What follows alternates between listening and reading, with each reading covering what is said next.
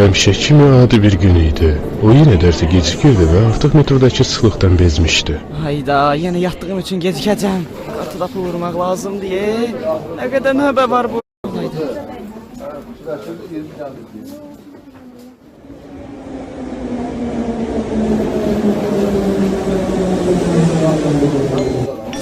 Yolunuza baxın da.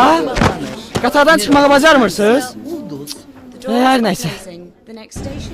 Hayda. Bu qatarda qaçırtdım. Bir gündə adam kimi bu qatara minə bilmədim də. 85 Game Studio.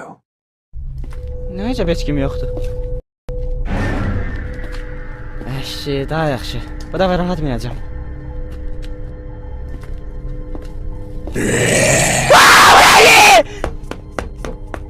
Yusuf, özvə gəl, özvə gəl. Bu sadəcə yuxuda, özvə gəl. Üzürlü sayın polisəm, amma bu mənə daha çox lazımdır.